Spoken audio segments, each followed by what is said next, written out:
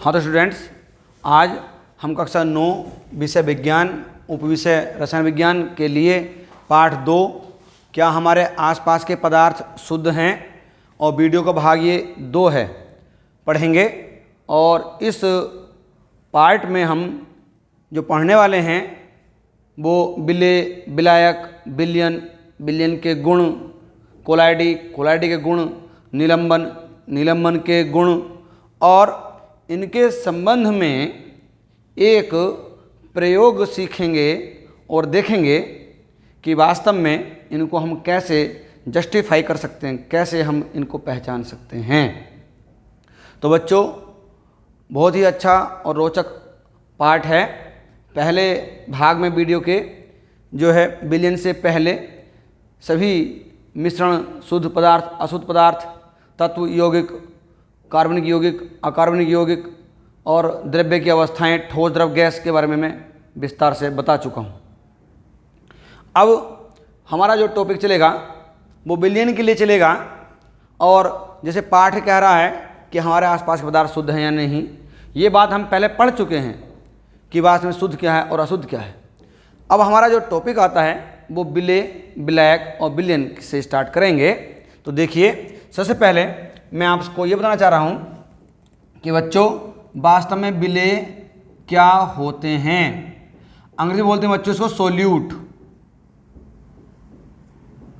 बच्चों, वे पदार्थ जो घुलने की प्रवृत्ति रखते हैं, समझ गए?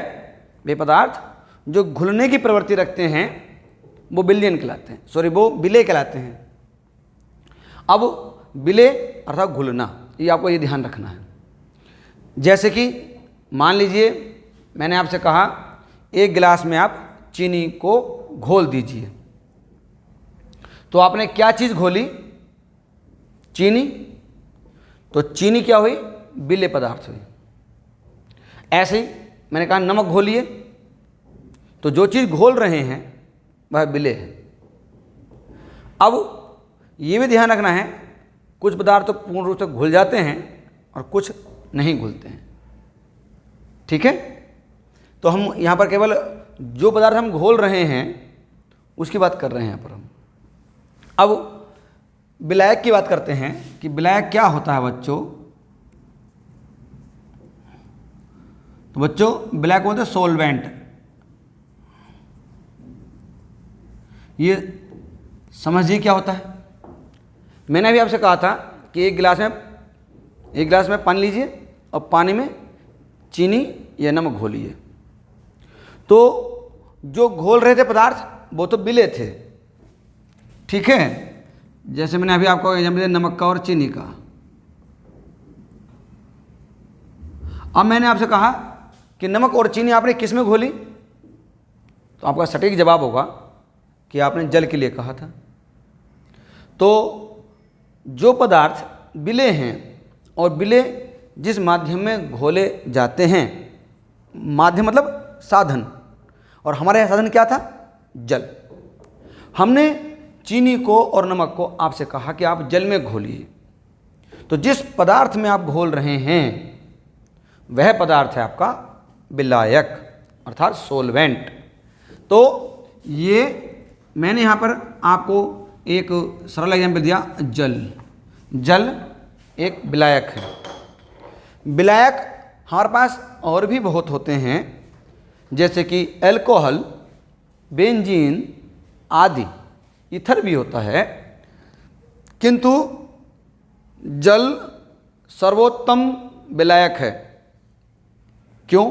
क्योंकि अधिकांश पदार्थ जल में घुल जाते हैं, इसीलिए इसको विश्व का सर्वोत्तम विलायक के नाम से भी जाना जाता है। अब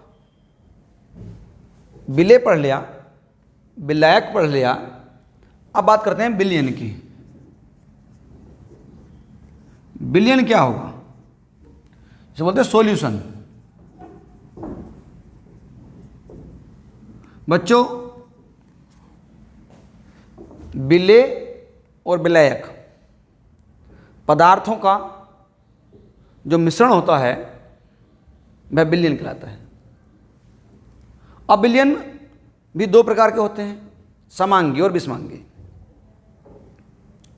अगर घुलने वाली चीज़ अर्थात विलेय पदार्थ विलायक में पूर्ण रूप से घुल जाए और विलेय कणों को हम नग्न आँखों से भी या किसी सूक्ष्मदर्शी से ना देख पाएँ, तो वह विलयन वास्तव में वास्तविक विलयन की श्रेणी में आता है।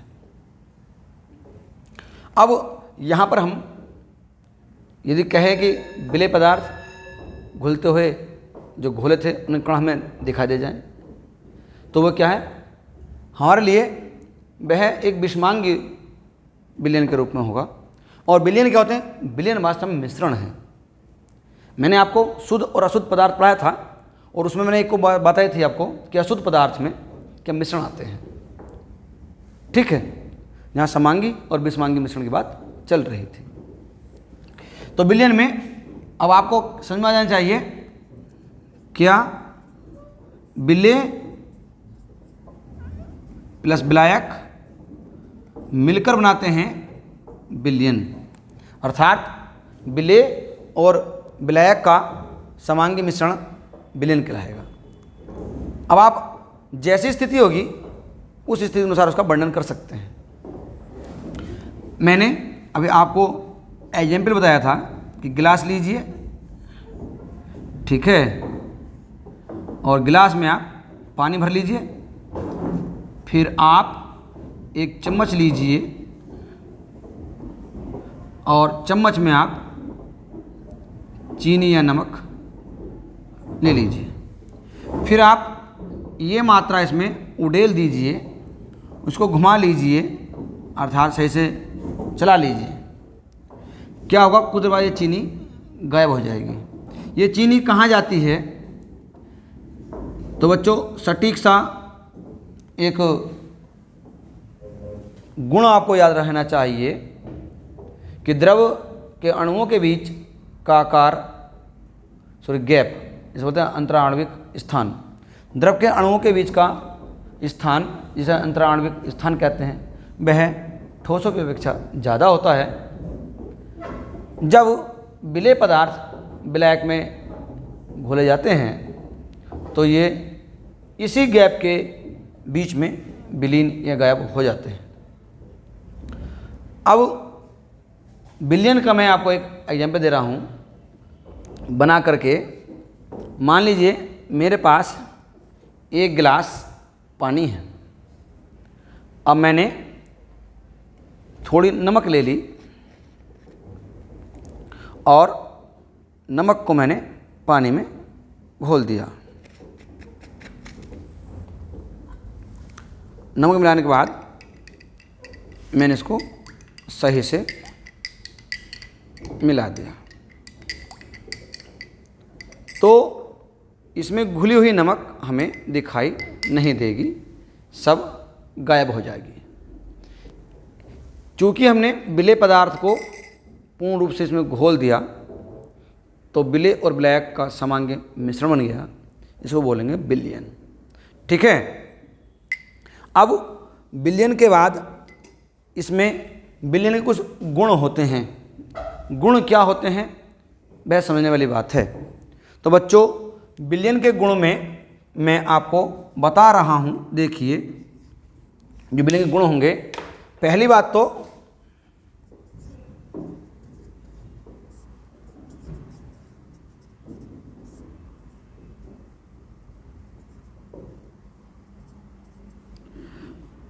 बच्चों विलयन के कण और विलयन के अंदर जो विलेय पदार्थ है उसके कण हमें नग्न आँखों से दिखाई नहीं दे सकते, एक बात।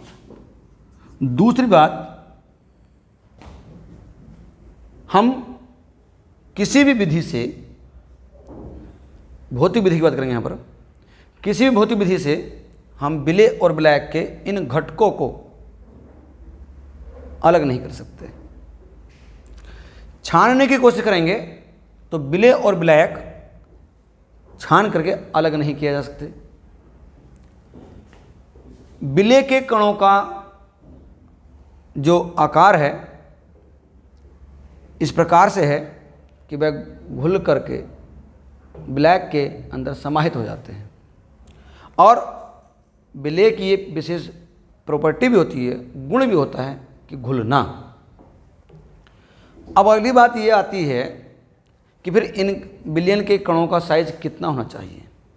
बिलियन के कणों का साइज 1 नैनोमीटर से भी कम आकृति का होता है, इसीलिए ये हमें नग्न आंखों से दिखाई नहीं देता। अगर हम बिलियन में से प्रकाश की किरण को गुजारें और इस घटना को समझने के लिए ऊपर एक कैमरा लगा दें और ये बिलियन हम एक अंधेरे कमरे में रख करके प्रयोग करें, तो प्रकाश का पथ चमकीला दिखाई नहीं देता। जो मैंने अभी घटना बताई, इस घटना का नाम टिंडल प्रभाव के नाम के टिंडल नाम के साइंटिस्ट ने दिया था और उन्हीं के नाम पर इस घटना को टिंडल प्रभाव के नाम से जाना जाता है। उन्होंने बिलियन लिया, कोलाइडी लिया और निलंबन पदार्थ लिए। अंधेरे कमरे में उन्होंने रख करके इन तीनों पदार्थों को प्रयोग किया और प्रयोग करने के बाद ये ध्यान दिया या नोटिस में लाया कि क्या कि जब पदार्थ अंधेरे कमरे में रखे हुए होते हैं, और जिसका मैं बात कर रहा हूँ, कौन कौन सी बात कर रहा हूँ, एक बात कर रहा हूँ कहें कि बिलियन की, और एक पदार्थ नाम भी आएगा कोलाइडी का, और एक अभी पदार्थ हम ले लेंगे एक बर्तन में, क्या भला, निलंबन। ये नए नाम आने वाले आपके लिए। यहाँ कोलाइडी या कोलाइड, यहाँ निलंबन, परिभाषा भी स्पष्ट करेंगे। पहले टिंडल का नाम आया है, टिंडल प्रभाव की बात या प्रकाश के पथ की बात आई है, इसीलिए पहले समझ लीजिए कि ये क्या घटना है। तो उन्होंने अंधेरे कमरे में एक टॉर्च के माध्यम से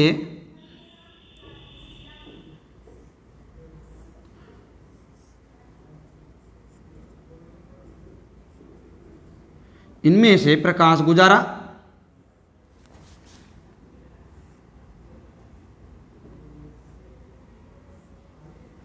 और उन्होंने जो घटना घटी उस घटना को नोट किया और निष्कर्ष निकाला। निष्कर्ष क्या निकाला बच्चों? कि जिस बर्तन में बिलियन था वहाँ पर प्रकाश का पथ चमकीला दिखाई नहीं दिया, किंतु जिस बर्तन में कोलाइडी पदार्थ था उसमें प्रकाश का पथ चमकीला दिखाई दिया और एक शंकु आकार की आकृति, अर्थात शंकु का आकार की आकृति दिखाई दी नीले रंग की। ऊपर से देखने पर कैमरे में जो फीड हुआ उसको बार बार रिपीट करने के बाद देखा, और जो निलंबन पदार्थ थे उनमें ये घटना थोड़ी ज़्यादा दिखाई दी, अर्थात डार्क ज़्यादा दिखाई दी। नीले रंग का शंकु दिखाई दिया और उन्होंने इस घटना को अपने नाम के आधार पर, अर्थात टिंडल के नाम पर, टिंडल प्रभाव की घटना का नाम दिया। तो बच्चों, बिलियन में से अंधेरे कमरे में रखने पर प्रकाश कण चमकीली दिखाई नहीं देती, अर्थात प्रकाश का पथ जो है, प्रकाश का पथ चमकीला दिखाई नहीं देता, अर्थात ये टिंडल की घटना को नहीं दर्शाते। कोलाइडी बिलियन में से जब प्रकाश गुजरता है तो ये टिंडल प्रभाव की घटना को दर्शाते हैं, अर्थात प्रकाश का पथ चमकीला होता है। निलंबन में ये घटना थोड़ी ज़्यादा दिखाई देती है, अर्थात इनमें भी टिंडल प्रभाव की घटना घटित होती है। अब बच्चों, बात हम करते हैं इनके बिलियन के बाद कोलाइडी पदार्थ की। तो कोलाइडी पदार्थ क्या हैं, हमारी ये समस्या है। तो समझिए क्या है ये। कोलाइडी पदार्थ वास्तव में विलेय और विलायकों का ऐसा मिश्रण है कि आपको देखने में तो लगेगा कि विलेय और विलायक पूर्ण रूप से गायब है, विलेय कण विलायक में पूर्ण रूप से गायब है, अर्थात ये समांगी है, किंतु वास्तव में वह विषमांगी होता है। और कोलाइडी पदार्थों के कणों का जो साइज होता है वह है 10⁻⁻9 से 10⁻⁻7 सेंटीमीटर के रेंज में होता है, अर्थात ये नैनोमीटर से थोड़े से बड़े होते हैं, 1 नैनोमीटर से थोड़े बड़े होते हैं। अब कोलाइडी की बात करते हैं, इनके गुण की बात करते हैं। कोलाइडी पदार्थ कौन कौन से एग्जाम्पल है उनकी बात करते हैं। तो बच्चों, आपने कभी दूध देखा होगा, दूध के अंदर न जाने कितने विलेय पदार्थ घुले हुए होते हैं, कैल्शियम है, फास्फोरस है, लैक्टोबैसिलस है आदि। अब अभी कभी आपने ये देखा कि क्या उनको कुछ देर रखने के बाद विलेय पदार्थ नीचे बैठ जाते हैं? नहीं बैठते ना। तो ऐसे ही घटना विलयन में थी कि विलयन में घुले हुए पदार्थ छान कर या पृथक कर अलग नहीं कर सकते।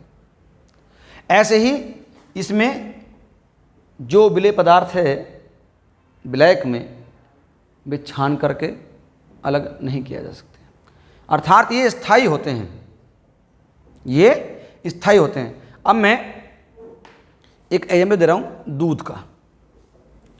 दूध के अंदर जितने भी पदार्थ हैं घुले हुए, मैं इसे 1 घंटा रख दूंगा, 2 घंटा रख दूंगा, 3 घंटा रख दूंगा, तो भी इसके अंदर घुले हुए पदार्थ नीचे नहीं बैठेंगे, तैरते ही रहेंगे। अब ऐसा मिश्रण जिसमें विलेय पदार्थ के कण माध्यम में अर्थात विलायक में तैरते रहते हैं, किंतु नग्न आँखों से हम उनको देख नहीं सकते, कोलाइडी पदार्थ खिलाएंगे। तो दूध इसका एग्जाम्पल है सरल, मक्खन, स्याही, जेली, मंजन, दूध पेस्ट, ये सब क्या हैं? ये सब हमारे कोलाइडी पदार्थों के उदाहरण हैं। अब कोलाइडी पदार्थों के उदाहरण के साथ साथ मैं आपके लिए इन कोलाइडी पदार्थों के गुण की बात करता हूँ। पहली बात तो मैंने अभी आपको बताई थी कि कोलाइडी पदार्थों के जो कण होते हैं उनका आकार विलयन से थोड़ा बड़ा होता है, किंतु जो अगला पदार्थ आप निलंबन पढ़ने वाले हैं उसके कणों से थोड़ा छोटा होता है। नग्न आँखों से कोलाइडी पदार्थों के कण को हम नहीं देख सकते, किंतु माइक्रोस्कोप की सहायता से उनको देख सकते हैं। ये स्थायी होते हैं, अर्थात इन्हें कुछ समय पर रख दिया जाए तो भी विलेय पदार्थों के कणों को हम नीचे नहीं बैठा सकते। इनको भौतिक विधियों द्वारा ये छान करके ये निथार कर अलग नहीं कर सकते। इनमें टिंडल प्रभाव की घटना घटती है, जो मैंने अभी आपको बताया। टिंडल प्रभाव अर्थात जब इनमें से अंधेरे कमरे में रख करके किसी बर्तन में कोलाइडी पदार्थ रख दिया जाएगा, उनमें से प्रकाश की किरणपुंज को गुजारा जाएगा तो प्रकाश का पथ चमकीला दिखाई देगा। इस घटना को टिंडल प्रभाव कहते हैं, अर्थात ये टिंडल प्रभाव घटना को दर्शाएंगे। अगली बात करते हैं निलंबन की। निलंबन क्या है भाई? कभी आपने हमेशा देखा होगा कि जब बरसात का समय होता है तो नदी का पानी गादला हो जाता है। शांत तालाब का पानी आपको बिल्कुल स्वच्छ दिखाई देगा। अगर कोई इसमें पशु घुस जाए या कोई आप किनारे पर कोई कंकड़ पत्थर गिरा दो तो वहाँ का पानी गादला हो जाता है, गंदा हो जाता है। मतलब जो नीचे बैठी हुई गंदगियाँ हैं, निक्षेपित गंदगियाँ हैं, वो ऊपर आ जाती हैं, कुछ देर तैरने लगती हैं, किंतु जैसे उनको कुछ समय शांत छोड़ दिया जाता है, वे अपनी पूर्व अवस्था में अर्थात उनका पानी निथर कर साफ हो जाता है। अब ऐसे पदार्थ जहाँ पर भी होंगे वे पदार्थ निलंबन पदार्थ कहलाएंगे। निलंबन पदार्थों का कणों का साइज विलयन के कणों के साइज से और कोलाइड के कणों के साइज से ज़्यादा होता है, और कणों का साइज अधिक होने के कारण ही इनको हम अपने नग्न आँखों से भी देख सकते हैं। इन कणों का साइज 10⁻⁷ सेंटीमीटर से अधिक होता है। अर्थात ये इतना साइज है कि इनके कणों को तैरते हुए देखा जा सकता है बिना किसी चश्मे के, बिना किसी माइक्रोस्कोप के, अर्थात नग्न आँखों से हम साफ साफ इसको दृष्टिगोचर कर सकते हैं। मैं एक एग्जाम्पल आपको बताता हूँ। मैं एक गिलास में और अलग से पानी लिया हुआ हूँ और मैंने चौक ले ली। चौक है ये, चौक का एक छोटा टुकड़ा मैंने तोड़ लिया और उस चौक को मैंने बारीक से अपने हाथ से मिक्स कर लिया और इसको मैंने घोल करके इसमें गिरा दिया। आप साफ साफ देख रहे होंगे कि इसमें चौक के कण गिरते दिखाई दे रहे हैं और ये नीचे भी बैठ रहे हैं। मैं यहाँ पर रेत भी ले सकता था, मैं यहाँ पर रेत भी ले सकता था, पुष्प के पराग कण भी ले सकता था। तो मैंने इन कणों को मिलाने की कोशिश की और मिलाने के बाद इनको कुछ देर छोड़ दिया। ये घूमते हुए कण मुझे दिखाई दे रहे हैं और शायद आपको भी दिखाई दे रहे होंगे। तो बच्चों, ये कण कुछ देर बाद ऑटोमेटिकली नीचे बैठ जाएंगे। ऐसे पदार्थों का मिश्रण जहाँ पर भी होगा, बिले में बिले और ब्लैक का ऐसा मिश्रण होगा, वहाँ पर निलंबन पदार्थ, उस पदार्थ का नाम रखा जाता है। देखिए फिर दोबारा से ऊपर उठ के आ गई है। तो स्पष्ट दिखाई दे रहा है कि ये कण कुछ देर शांत रखने पर नीचे बैठ जाएंगे। और ये हमें दिखाई इसलिए दे रहे हैं क्योंकि इनको कणों का साइज इतना काफ़ी है कि हम इनको नग्न आँखों से देख सकते हैं। तो बच्चों, ऐसे पदार्थ हमारे पास बहुत हो सकते हैं, जैसे कि चॉक, पानी का मिश्रण, कोयला, पानी का मिश्रण, और रेत या पानी का मिश्रण, रेत और पानी का मिश्रण। आप एल्कोहल में भी यदि आप कण मिला दो रेत के, तो वे भी तैरते हुए आपको दिखाई देने लगेंगे तनु एल्कोहल में। ठीक है। तो ऐसी स्थिति में जब पदार्थ हमें दिखाई देंगे वो निलंबन की श्रेणी में आएंगे। अब इनके गुणों की बात कर लेते हैं। गुण क्या क्या हैं भाई? पहली बात तो ये समझिए कि ये देखने में तो लगेगा जैसे कि कण हमें तैरते दिखाई दे रहे हैं, तो स्पष्ट बात है कि ये एक बिस्मांगी क्या है? मिश्रण है। एक बात। दूसरी बात, इनके कणों का साइज बिलियन कोलाइडी के कणों से अधिक बड़ा होता है। तीसरी बात, इन्हें नग्न आंखों से भी देखा जा सकता है। ये स्थायी नहीं होते, अस्थायी होते हैं। अगर इनको कुछ देर शांत छोड़ दिया जाए तो विलेय पदार्थों के कण जो कि ठोस अवस्था में होते हैं धीरे धीरे नीचे बैठ जाएंगे ग्रेविटी के कारण, अर्थात गुरुत्वाकर्षण बल के कारण नीचे बैठ जाएंगे। इनको छान करके भी अलग कर सकते हैं, इनको छान करके भी अलग किया जा सकता है। ठीक है। इनमें से यदि प्रकाश गुजारा जाए अंधेरे कमरे में रख करके, तो प्रकाश का पथ स्पष्ट दिखाई देगा, चमकीला दिखाई देगा, अर्थात इनमें टिंडल प्रभाव की घटना घटित होती है। प्यारे बच्चों, मैंने आपको आज इस वीडियो में जो बताया है, वह क्या बताया है? विलेय क्या है, विलायक क्या है, विलयन क्या है, इनके गुण क्या हैं, कोलाइडी क्या होते हैं, कोलाइडी के गुण क्या होते हैं, निलंबन क्या है, निलंबन के गुण क्या होते हैं। मैंने आपको प्रयोग करके भी बताया कि हम प्रयोग द्वारा इन तीनों पदार्थों को किस प्रकार से जस्टिफाई कर सकते हैं, किस प्रकार से इनमें अंतर प्राप्त कर सकते हैं, किस प्रकार से इनके गुणों को याद कर सकते हैं। यदि बच्चों, प्यारे बच्चों, अगर आप अपने आसपास के माध्यम में, आसपास के परिवेश में इन पदार्थों को खोजें, ध्यान से स्टडी करें, तो मैं समझता हूँ ये जो टॉपिक है आपको बिल्कुल अच्छी तरह से समझ में आ जाएगा। अगली बात मैं करता हूँ, एक विशेष बात है कि क्या कि कोलाइडी आपको देखने तो लगेगा जैसे कि ये विषमांगी समांगी है, क्योंकि इसके जो पदार्थ के कण हैं, घुले हुए विलेय पदार्थ कण, आपको दिखा तो देते नहीं, आप भी सोचते हैं कि ये समांगी है, किंतु वास्तव में विषमांगी मिश्रण होता है। कोलाइडी पर आधारित प्रश्न भी मालूम कर लिए जाते हैं, और कभी कभी तो हम ये भी मालूम कर लेते हैं कि विलयन, कोलाइडी और निलंबन में क्या अंतर हैं। इन अंतरों को आप समझाइए। तो प्यारे बच्चों, जो मैंने अभी आपको एक गुण बताए थे, इन गुणों का ध्यान से स्टडी करेंगे। पीडीएफ के माध्यम से भी मैं इन गुणों को आपको भेजूंगा। मैं अब एक नया टॉपिक आपको जोड़ देता हूं। वो टॉपिक क्या है? परिवर्तन। क्या बोला? परिवर्तन। यहाँ पर हमें कुछ जब अगले चैप्टर में जाएंगे तो रासायनिक अभिक्रियाओं से संबंधित कुछ मुख्य बिंदुओं की बात होगी। अब तो परिवर्तन थोड़ा सा यहाँ पर पढ़ना आपके लिए बहुत ज़रूरी है। तो बच्चों, परिवर्तन मतलब बदलाव, बदलना।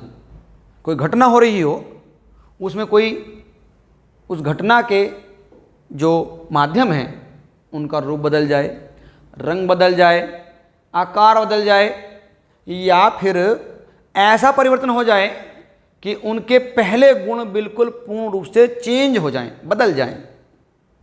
तो मैंने अभी दो स्थिति बताई आपको। एक तो क्या कि गुण तो लगभग वही रहें किंतु आकार, रूप, घनत्व आदि बदल जाएं। एक भी बताया मैंने कि जो परमानेंट बदल ही जाएं। अब इन दो गुणों, ये जो गुण की बात कर रहा हूँ, दो गुण बढ़ जाएंगे इनके, एक तो भौतिक गुण में और एक रासायनिक गुण में। किसी वस्तु का जो बाह्य स्ट्रक्चर देख करके उसको वर्णन किया जाता है, वह भौतिक गुण होते हैं। जब उसके अंदर के गुणों की बात करते हैं तो वह रासायनिक गुण होते हैं, जिनको हम देख नहीं पाते हैं, किंतु रासायनिक गुण क्रिएट हो रहे हैं। तो मतलब ये है कि बदलाव हो रहा है। जैसे मैं भी आपको एग्जांपल देता हूं कि दूध में मैंने नींबू डाल दिया, तो दूध में नींबू डालते ही दूध फट जाएगा। तो ऐसा परिवर्तन हो गया ये कि इसमें पदार्थ बिल्कुल पूर्णतः अपने गुणों से भिन्न हो जाएगा। दूध का जो स्वाद था पहले कुछ और था, और फटे हुए दूध का स्वाद कुछ और हो जाएगा। पदार्थ पहले कुछ और था, अब पदार्थ कुछ और हो जाएगा। अगर यदि मैं एक कागज का टुकड़ा लूं, कागज के टुकड़े को बारीक रूप से काट दूं कैंची से, तो कागज का टुकड़ा जो बड़ा था उसके गुण और जो छोटा टुकड़ा हो जाएगा उसके गुण मिलते हुए होंगे, चेंज नहीं होंगे। लकड़ी का टुकड़ा लीजिए, काटिए, उसके गुण नहीं बदलेंगे। जहां पर पदार्थों के गुण अस्थायी रूप में बदलते हैं वहां भौतिक परिवर्तन होता है, और जहां पर स्थायी रूप में परिवर्तित हो जाते हैं वहां रासायनिक परिवर्तन होता है। मैंने अभी आपको बताया था दूध की मैंने एग्जाम्पल बात की थी, तो दूध में जो परिवर्तन मैं बताया अभी आपको वो रासायनिक परिवर्तन बताया। मैं पानी का एग्जाम्पल लेता हूँ। पानी को आप उबालिए, ठंडा कीजिए, फिर द्रव बन जाएगा। पहले भाप बनेगा, फिर द्रव बन जाएगा। तो ये इस प्रकार से पानी का रूप हम बदलते रहेंगे, ये भौतिक परिवर्तन के अंतर्गत आएगा। ठीक है। तो जहाँ पर गुणों में स्थायी परिवर्तन हो जाए वहाँ रासायनिक परिवर्तन, और जहाँ अस्थायी हो वहाँ पर क्या होगा? भौतिक परिवर्तन। बच्चों, प्यारे बच्चों, अब हमने आज आपको जो ये टॉपिक पढ़ाया है इसकी पीडीएफ आपको मिल जाएगी। इस वीडियो को ध्यान से देखिए, सीखिए, प्रयोग में भी आप अपना सहयोग करके देखिए, सभी टॉपिक क्लियर हो जाएंगे। यदि इसके बाद भी यदि आपको कोई दिक्कत आती है तो मैं आपसे आपके द्वारा सहायता के लिए उपस्थित हूँ। ठीक है। धन्यवाद। वीडियो को देखिए, शेयर कीजिए, लाइक और कमेंट कीजिए।